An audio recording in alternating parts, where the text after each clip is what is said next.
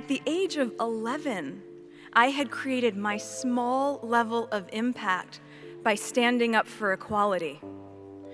Now, equality means that President Paul Kagame of Rwanda, whose country I recently visited as part of my learning mission with UN Women, it means that he is equal to the little girl at the Gihembe refugee camp who is dreaming about being president one day.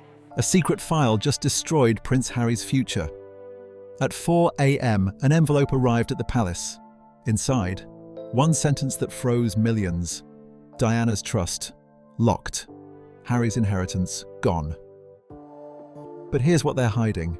A DNA document, a woman with proof, and a clause Diana wrote, knowing this exact moment would come. And holiday, we have to be ready for holiday. So trying to be in steady state for most of the SKUs and really not being able to gauge how things are going to sell out, especially when you have people who have an appetite for the products in global territories, but we aren't selling internationally yet. And so they're finding workarounds where they'll have their friends stock up for them and then ship it to them separately. So the inventory is moving in a way that we hadn't anticipated, which is the biggest blessing. Princess Anne isn't playing games anymore. William has activated something irreversible. And Meghan, she knows exactly what's in that file. What the palace just confirmed will make your blood run cold.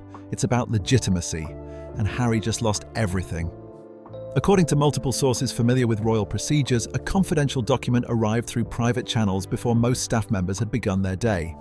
The envelope itself was reportedly unremarkable in appearance, carrying no royal seal or official markings that would typically accompany important palace correspondence. What made this delivery significant was not how it looked, but what it contained. Inside was a single directive that would set off a chain of events affecting one of the most sensitive aspects of the royal family's private affairs. The instruction was simple and direct. All distributions from Princess Diana's trust were to be suspended immediately.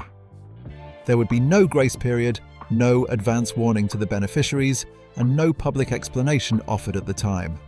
For those who understand how the monarchy operates, this kind of swift, quiet action typically signals something far more serious than a routine administrative matter. The timing and method of this freeze raised immediate questions among royal observers. Princess Diana established her trust decades ago with very specific provisions designed to protect her son's inheritance. Like many estate planning documents created by individuals of significant wealth, Diana's trust included various safeguards and conditions that would only come into effect under particular circumstances. One of these, provisions rarely discussed and largely forgotten by the public, was apparently designed to address concerns about bloodline and legitimacy. According to legal experts familiar with royal estate planning, such clauses are not uncommon in trusts of this magnitude. They serve as protective mechanisms, ensuring that assets are distributed only to verified beneficiaries who meet specific criteria established by the person who created the trust. What made this situation different was that this particular clause had never been activated before. It had existed in the background of Diana's estate planning for years, a dormant safeguard that most people assumed would never actually be used. The atmosphere inside Clarence House reportedly changed within hours of the freeze being implemented. Staff members who had worked in royal households for years described an unusual shift in protocol. Access to certain areas became more restricted. Conversations that would normally take place openly were moved to private rooms. Document handling procedures were tightened. These changes suggested that whatever had triggered the trust freeze was being treated as a matter requiring serious institutional attention rather than a temporary family disagreement. Princess Anne's involvement in the response added another layer of significance to the situation. Known for her no-nonsense approach to royal duties and her clear understanding of institutional procedures, Anne reportedly took an active role in ensuring the freeze was implemented properly and completely.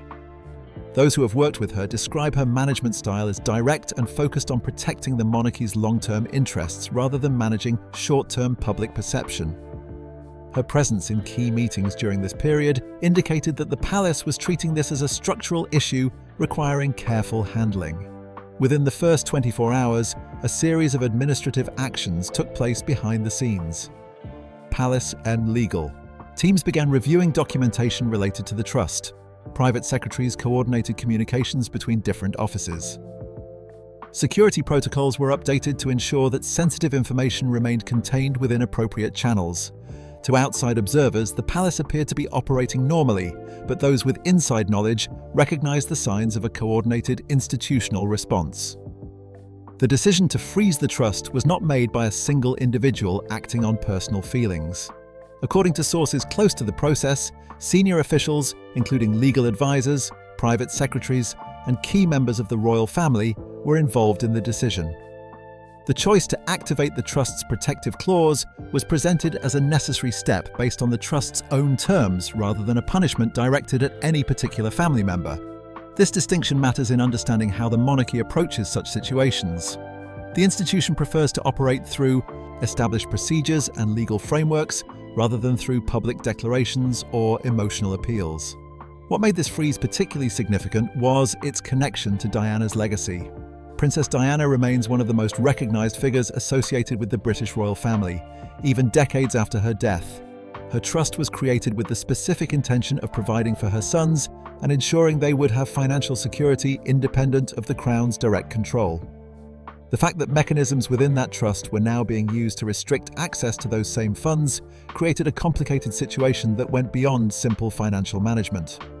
The palace's approach in the immediate aftermath focused on containment rather than explanation. No official statements were released to the media. No interviews were granted to clarify the situation. This silence was not accidental. Royal communications experts understand that in sensitive legal and family matters, saying nothing is often strategically preferable to saying something that might later need to be corrected or clarified. The institution's default position in such circumstances is to let procedures unfold privately while maintaining public dignity.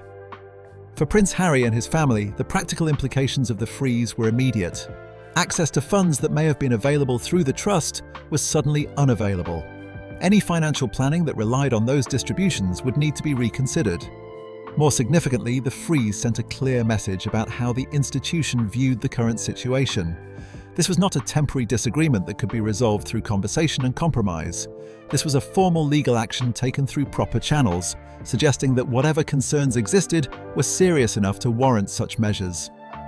The internal communications following the freeze reflected a shift in how different offices within the palace were approaching the broader Sussex situation. Meetings that would have previously included relatively open discussion reportedly became more guarded. Written communications were reviewed more carefully before being sent. Staff members were reminded of confidentiality protocols. These changes indicated that the palace was preparing for the possibility that this situation might escalate further or attract unwanted public attention. One particularly telling detail emerged from multiple sources. The phrase being used internally was not about family reconciliation or public relations management. Instead, officials were reportedly discussing risk assessment and institutional protection. This language suggests that the freeze was viewed not as a family matter that happened to involve the monarchy, but as a monarchy matter that happened to involve family members. The distinction reveals much about how the institution prioritizes its own survival and continuity above individual relationships. By the end of that first week, it had become clear to those paying close attention that something fundamental had changed in the relationship between the Sussex household and the broader royal institution. The trust freeze was not an isolated action, but rather the visible symptom of deeper concerns that had been developing behind closed doors. Whatever information or circumstances had led to this decision remained private, but the decision itself sent unmistakable signals about where things stood. The story of what actually triggered the trust freeze begins not with the morning the decision was announced, but in the 48 hours that preceded it. According to sources with knowledge of palace procedures, the sequence of events that led to the suspension started with a delivery that arrived through channels typically reserved for legal documents requiring discretion. Unlike the ceremonial front entrance where photographers often gather, this particular correspondence entered through a service route used for sensitive materials that need to reach their destination without attracting attention. The envelope itself was described by those who handled it as professionally prepared but deliberately understated. There was no dramatic presentation, no attempt to create urgency through appearance alone. It was the kind of package that experienced palace staff immediately recognized as potentially significant precisely because of how ordinary it looked. In an environment where most important documents arrive with multiple layers of authentication and official seals, something this plain often indicates that the contents are meant to speak for themselves. What was inside reportedly consisted of documentation rather than accusations. Sources familiar with the matter suggest that a young woman, identified only through initials in early reports, had submitted materials asserting a biological connection to a family line relevant to the royal household. The claim was not presented as a demand for recognition or financial compensation. Instead, it was framed as a request for clarification and record correction, the kind of inquiry that might arise from someone seeking to understand their own family history rather than to disrupt someone else's. This distinction matters significantly in understanding why the palace took the matter seriously. Opportunistic claims seeking money or publicity typically arrive with noise and media coordination. They are designed to create pressure through public attention. This situation appeared different. The documentation was prepared with legal precision. The tone was measured. The request focused on information and verification rather than immediate material benefit. Palace officials who have dealt with various types of claims over the years recognize that this particular submission had characteristics that required proper evaluation rather than dismissal. Within hours of the envelope being logged and reviewed, palace legal teams began a quiet but thorough process of assessment. This was not a panicked response, but rather the activation of protocols designed for situations where questions about lineage or eligibility arise. Royal legal advisors are trained to distinguish between claims that can be quickly resolved and those that require deeper investigation. The initial review apparently indicated that this fell into the latter category. The next phase involved examining the trust itself more carefully. Diana's estate planning documents had been drafted years earlier with input from experienced legal professionals who understood both the complexity of royal family dynamics and the importance of protecting her son's interests. Among the various provisions included in these documents was the protective clause that would eventually be activated. According to estate planning experts, such clauses are often written in language that gives trustees significant discretion in determining when circumstances warrant their use. As palace, lawyers reviewed the trust's terms. They reportedly discovered that Diana had been remarkably specific about the conditions under which distributions should be paused. The language was not vague or open to broad interpretation. It identified particular scenarios that would trigger a temporary freeze while verification processes were completed. The existence of unresolved questions about bloodline or beneficiary eligibility was apparently one of those specifically identified scenarios. What made this discovery more striking was the additional material that came to light during the review. According to multiple sources, among Diana's personal papers was correspondence that had not received significant attention in recent years. One letter in particular, written during a period when Diana was actively thinking about her son's futures and the complexities they might face, contained passages that seemed to anticipate precisely the kind of situation that had now emerged. The letter was not prophetic in a mystical sense, but rather reflected Diana's deep understanding of the institution she had married into and the potential complications that might arise years after her death. She wrote about her concerns regarding how uncertainty or unanswered questions could create problems for her sons. She expressed worry about situations where silence or avoidance might allow doubts to harden into permanent obstacles. Her words suggested someone thinking carefully about how to protect her children, not just from obvious threats, but from more subtle forms of institutional vulnerability. Particularly notable was a short passage near the end of the letter, described by those who have seen it as almost poetic in nature. Diana sometimes used verse or metaphorical language as a way of processing difficult emotions and complex situations. This particular passage had been interpreted for years as simply a reflection of her state of mind during a challenging period. However, when re-examined, in the context of the current situation, some palace officials reportedly felt that the language bore striking similarities to the logic embedded in the trust's protective clause. The authentication process for this letter involved verifying handwriting, examining the paper and ink for consistency with known documents from the same time period, and tracing the letter's custody history. Paul Burrell, Diana's former butler who had maintained possession of various items and documents from his years of service, was reportedly contacted through formal channels. His cooperation in confirming the letter's authenticity added another layer of credibility to what was already being taken seriously by palace officials. Burrell's role in this process was not that of a media personality or public commentator, but rather as someone who could provide verification about materials that had been in his care. According to sources familiar with his involvement, he approached the matter with appropriate seriousness, understanding that the authenticity of documents related to Diana's estate planning was not something to be speculated about casually. His confirmation that the letter was genuine and had been in secure custody since Diana's death helped establish its validity as a relevant consideration in the current situation. As the palace's understanding of the situation deepened, the timeline for decision-making began to compress. Legal advisors were reportedly clear in their assessment that once questions about beneficiary eligibility had been formally raised and could not be immediately resolved, the trust's own terms required action. The protective clause was not optional or subject to interpretation based on family preferences. It was a binding provision that trustees had a legal obligation to follow when the specified conditions were met. Senior officials held consultations that extended into the late evening hours. The discussions were not about whether the concerns were valid or whether family relationships should take precedence over legal requirements. Instead, the focus was on ensuring that if the clause was activated, it would be done correctly and completely. There was recognition that once this step was taken, it would send powerful signals, both within the family and potentially to the public if the information became known.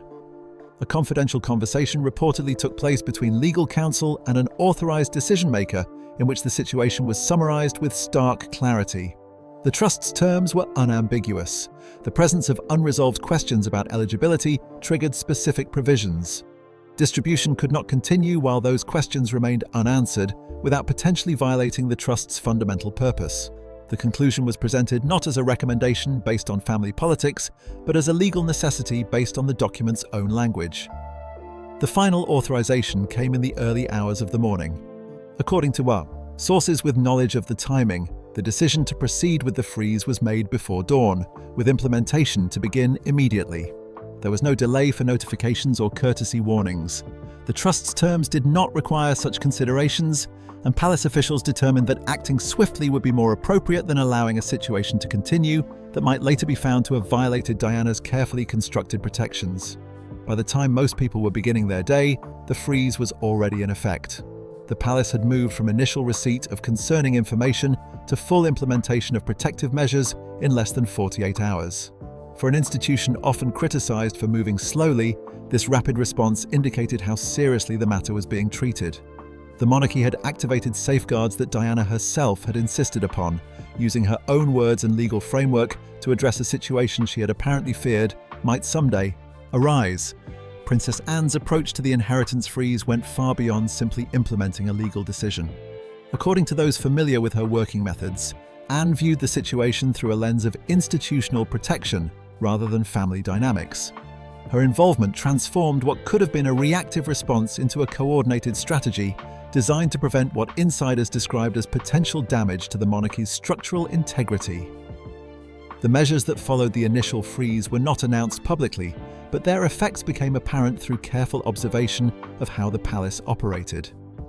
Anne reportedly oversaw the development of what some sources called a framework of restrictions, though the palace never used such dramatic language officially.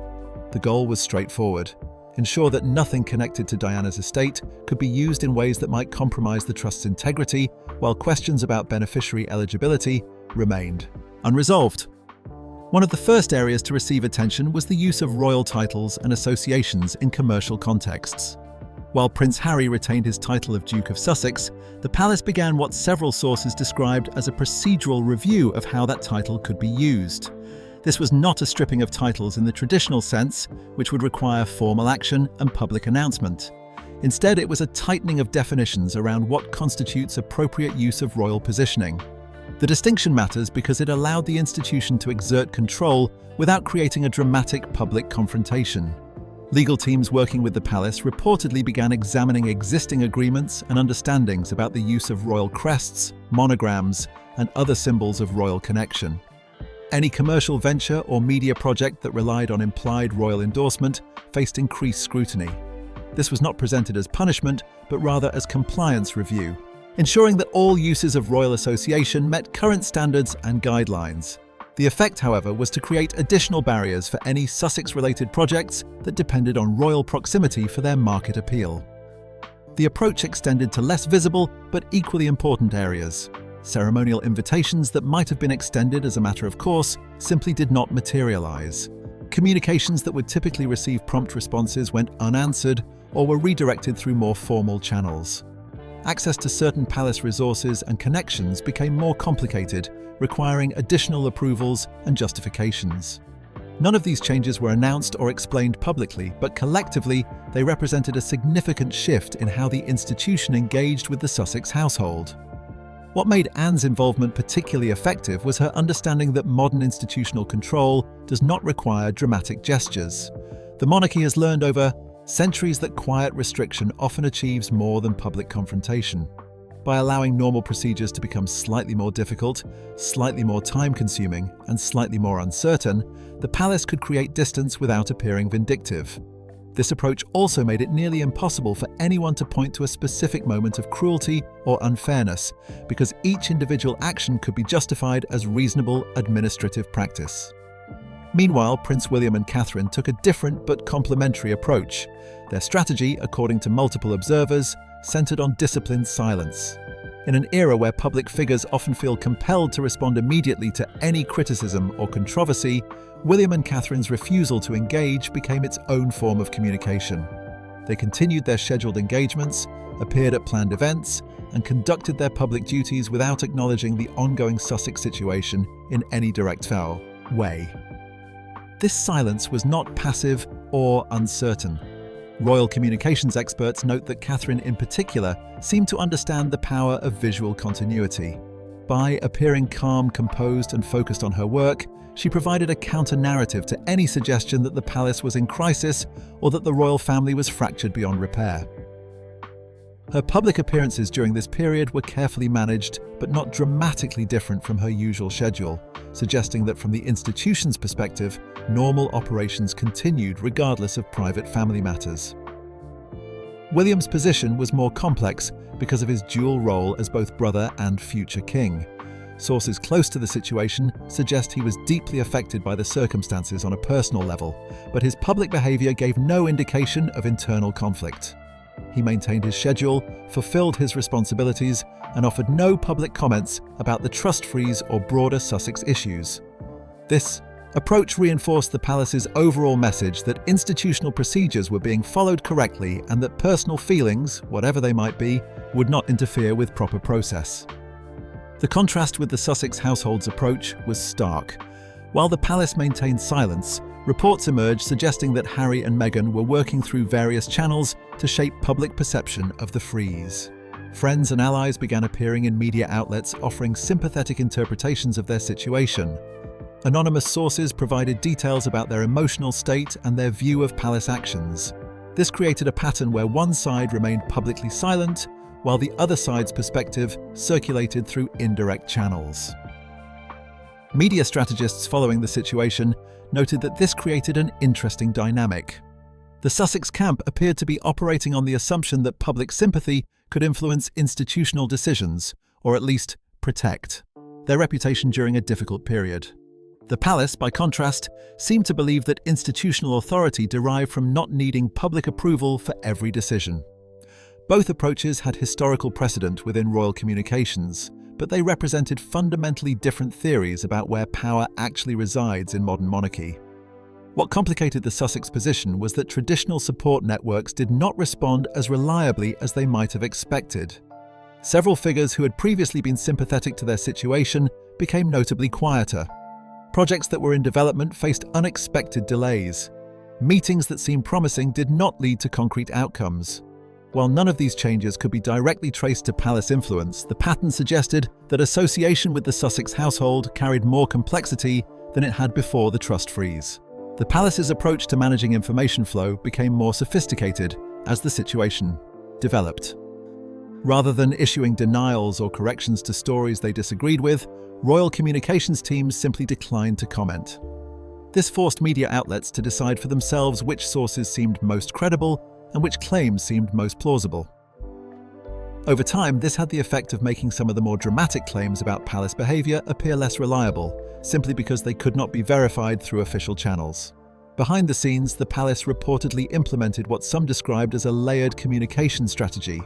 Information was shared with trusted media contacts on deep background, providing context without creating quotable material. This allowed certain narratives to circulate that served the institution's interests without appearing to come directly from palace sources. The technique is not new in royal communications, but its application in this situation was apparently more systematic than usual. The psychological impact of these combined approaches appeared designed to create a specific effect. By maintaining silence while also tightening practical restrictions, the palace communicated that it was not interested in public debate but was very interested in enforcing boundaries. By continuing normal operations while the Sussex household seemed to struggle for traction, the institution demonstrated its stability and permanence. The message was clear, even though it was never stated directly. The monarchy would outlast this crisis because it had outlasted countless crises before. For Harry personally, the situation created impossible pressures. As a son, he presumably wanted to believe that family relationships could be restored. As someone who had left royal life seeking independence, he needed to maintain that his decision was justified. As a husband, he faced expectations about defending his family's interests. And as a father, he had to consider long-term consequences for his children. These competing demands would challenge anyone's ability to navigate circumstances clearly. The palace's calculation appeared to be that time favored the institution over individuals. Royal procedures could continue indefinitely. Legal processes could unfold at their own pace. Silence could be maintained for months or years if necessary. The Sussex household, by contrast, needed resolution because uncertainty affected their ability to plan, to build projects, and to establish their post-royal identity. This asymmetry gave the palace significant leverage without requiring any aggressive action. As the situation extended beyond the initial freeze, it became clear that this was not a temporary standoff waiting for cooler heads to prevail. The palace had shifted into what some observers called a containment posture, treating the Sussex situation as something to be managed and controlled rather than resolved and reconciled. Whether this represented a permanent break or simply a very long cooling-off period remained unclear, but the direction of travel suggested that easy reconciliation was not part of the institutional plan. By the time the inheritance freeze became widely understood outside palace circles, the institution had already moved well beyond managing an immediate crisis. According to sources familiar with royal operations, the internal discussion had shifted to longer-term considerations about how to protect the monarchy's structural foundations. The language being used in private meetings was reportedly quite different from the family-focused terminology that might appear in public statements. Officials were said to be discussing succession integrity and institutional risk assessment, terms that suggested a much broader concern than a single frozen trust. The concept of succession contamination risk, as described by those familiar with royal legal frameworks, relates to how uncertainty in one area of royal lineage or legitimacy can create questions in other areas. The monarchy's authority rests partly on clearly understood lines of succession and unambiguous family relationships. When questions arise about any aspect of royal family structure, even in private estate matters, the institution becomes concerned about precedent and perception. This is not because anyone expects an immediate constitutional crisis, but because the monarchy thinks in terms of decades and centuries rather than news cycles. Inside the most protected levels of palace planning, discussions reportedly began about what several sources called comprehensive legacy protection measures. These were not presented as actions targeting any individual, but rather as updates to how the institution manages situations where family matters intersect with constitutional responsibilities. The goal, as described by those familiar with the thinking, was to ensure that the monarchy could continue functioning normally regardless of what happened with the Sussex situation. One aspect of this planning involved reviewing how the palace provides various forms of recognition and access. Royal invitations, ceremonial participation, use of royal residences for events, and inclusion in official photographs all carry symbolic weight. These are not entitlements, but rather privileges extended at the discretion of the monarch and senior royals. According to sources, the palace began examining how these privileges might be managed in cases where family relationships remain complicated or where institutional concerns override personal connections. The financial dimension extended beyond the trust freeze itself. Royal observers noted that the palace appeared to be establishing clearer boundaries around what constitutes appropriate commercial use of royal association. While the specific details remained private, the general principle seemed to be that any suggestion of official royal endorsement or connection would face increased scrutiny and potentially formal challenges. This created additional complexity for any projects or ventures that relied on perceived royal proximity for their credibility or market appeal. What made this approach particularly effective from an institutional perspective was its flexibility. The palace was not announcing permanent exile or formal removal of titles, actions that would require public justification and might generate unwanted sympathy. Instead, the institution was reportedly creating a framework where access and recognition could be calibrated based on circumstances. This allowed for the possibility of future reconciliation while also protecting the monarchy's interests in the present. King Charles's position in all of this remained somewhat ambiguous to outside observers. As a father, he presumably had personal feelings about the situation with his son. As monarch, he had institutional responsibilities that sometimes conflicted with personal preferences. Those who have worked with Charles describe him as someone who takes his constitutional role seriously while also being deeply affected by family matters. This combination would make the Sussex situation particularly difficult for him to navigate. Reports from sources close to the king suggested he was being presented with various options and recommendations from advisors and senior family members. The final decisions would ultimately be his, but those decisions would be shaped by institutional considerations as much as personal feelings. The palace was reportedly preparing documentation that would allow Charles to make informed choices about how to proceed, understanding both the emotional and practical implications of different approaches. The verification process that some sources mentioned became a subject of considerable speculation. In legal terms, verification in the context of a trust means confirming that beneficiaries meet the criteria established by the person who created the trust. For a trust like Diana's, which may have included provisions about lineage and family relationships, verification could theoretically involve reviewing various forms of documentation. However, the specific nature of any such review remained private, and much of what circulated publicly was based on interpretation rather than confirmed information. What was clear from multiple sources was that the palace viewed any uncertainty around trust beneficiaries as requiring careful legal examination rather than assumptions based on family relationships or public perception. This approach reflected the institution's preference for documented facts over emotional appeals. It also meant that resolution of the trust situation would likely take considerable time, as legal processes of this nature cannot be rushed without risking challenges later.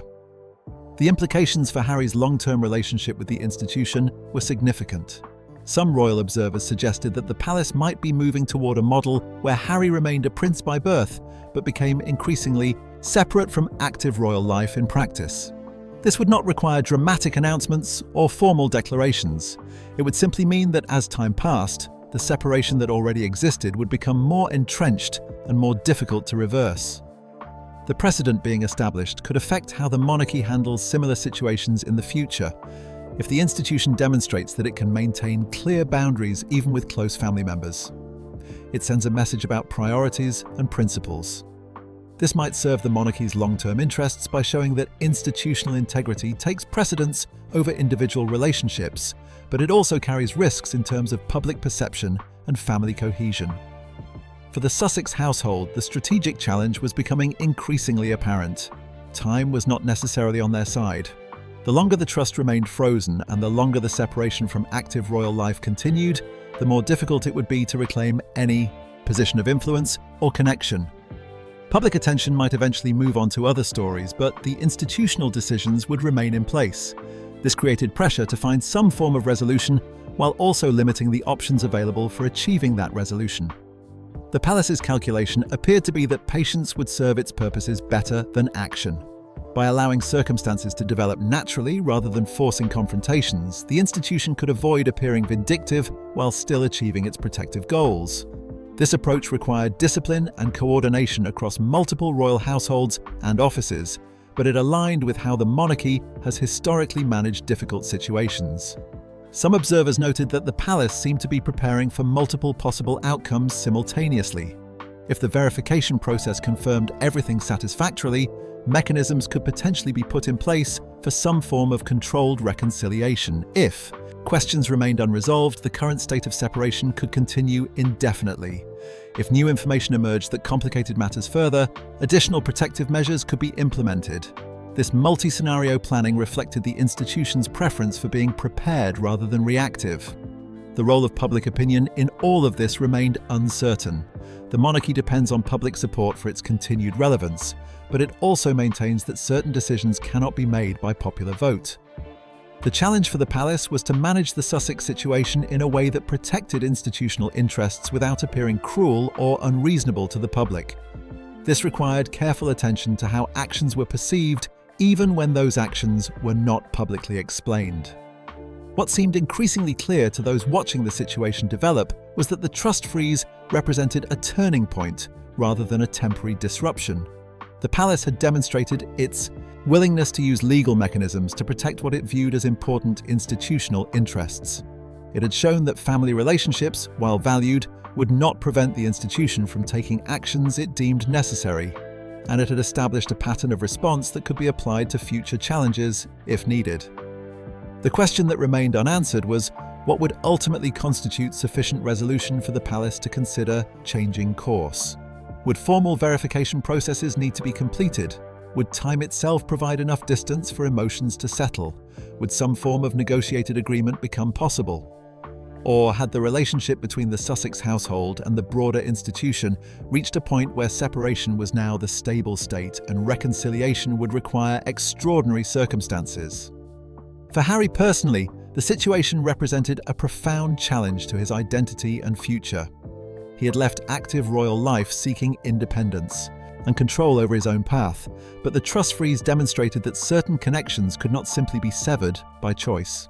The institution retained mechanisms of influence that could affect his circumstances regardless of his physical location or stated intentions.